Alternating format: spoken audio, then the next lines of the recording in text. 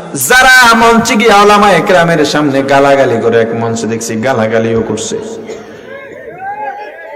ওর কপাল ভালো, ওই ওয়েসটা ভদ্র ছিল, আমার মতো অভদ্র না। আমার মতো অভদ্র হইলে ওই জায়গার মধ্যে সাইজ হয়ে যাইত। এত বড় সাহস বেড়া তোরটা আমি খাই না পড়ি। আমি স্বাধীন দেশের স্বাধীন নাগরিক, 92% মুসলমানের দেশে আমি কোরআন সুন্নাহর কথা বলবো, তোর কাছে জিজ্ঞেস করে বলতে হবে নাকি? সম্মান পদবী আর ক্ষমতা পাইয়াই কও বাংলাদেশে মৌলবাদী রাখবো না। আগে স্পষ্ট করো মৌলবাদী দিয়া কাদেরকে বুঝাও। যদি সন্ত্রাসীদের বুঝাও তাহলে ভিন্ন কথা, কিন্তু মৌলবাদীর সংজ্ঞা সন্ত্রাস নয়। মৌলবাদী বলা হয় আমার মতো মোল্লাদের। আমার মতো মোল্লাদের দেশ থেকে তারাই বা তোমার মামু বাড়ি ভাড়া থাকি নাকি? তোমার বাড়ি ভাড়া থাকি, কারেন্ট আর গ্যাস বিলের হিসাব দিয়ে থাকতে হবে আমার? হ্যাঁ,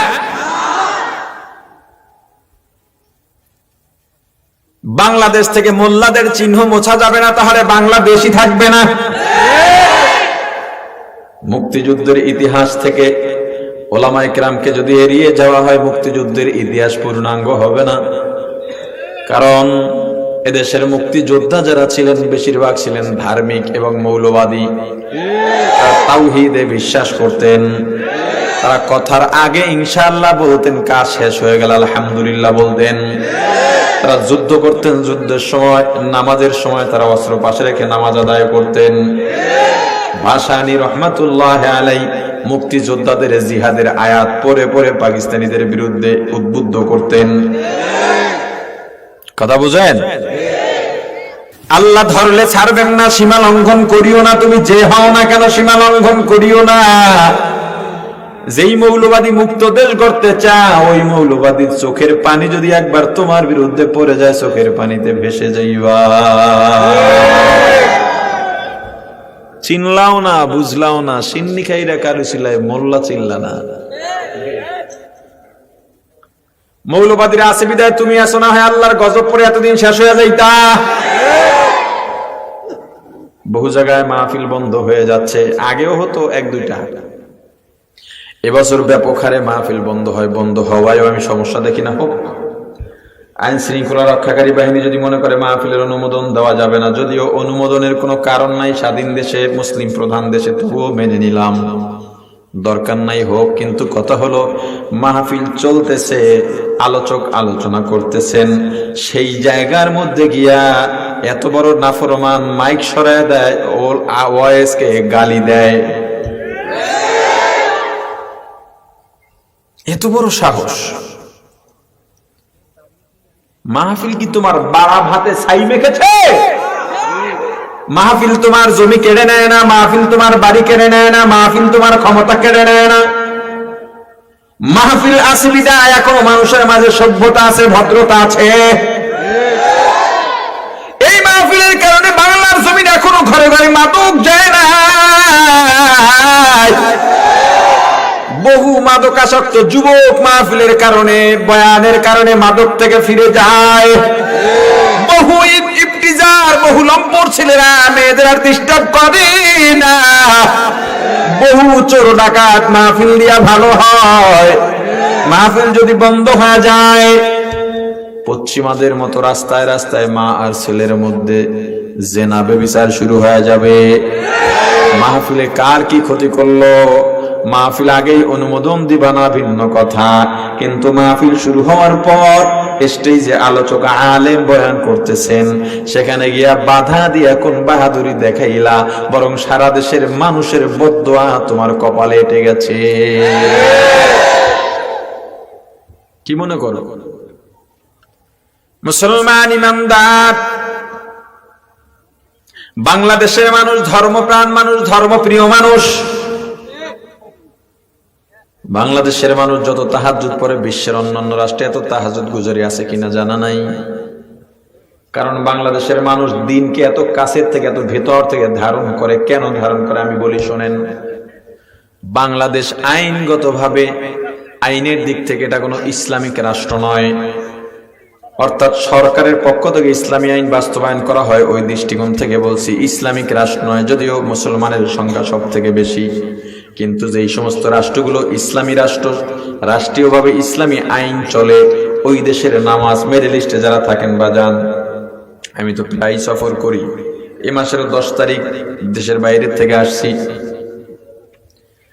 টিভি দেখতেছে সবাই, খেলা দেখতেছে, নাটক সিনেমা দেখতেছে, গান দেখতেছে, হঠাৎ করে মসজিদে একামত, ওটি থুইয়া দিছে দৌড় মসজিদে, নামাজ পড়ে আবার আইসা টিভি, নামাজের মধ্যে নামাজে ছিল না টিভিতে ছিল, কথা বলে না।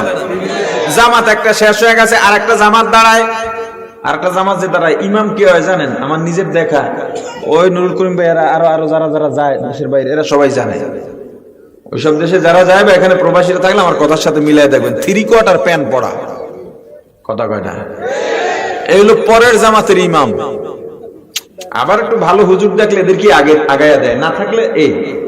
আবার তার পিছনে এসে দেখা যায় একজন জুব্বাওয়ালা বেশ ভালোভাবে ইক্তেদা করতেছে।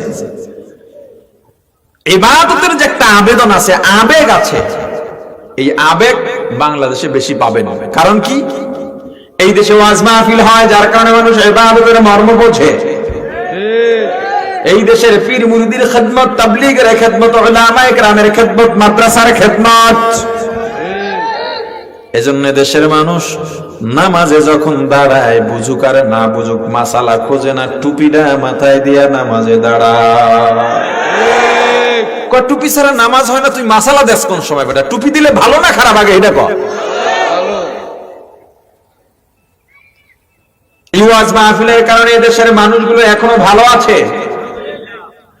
পুলিশের গুলির ভয় দেখাইয়া কয়জন চোর থেকে চুরির থেকে ফিরাইতে পারছেন? কয়জন চোরকে চুরির থেকে ফিরাইতে পারছেন?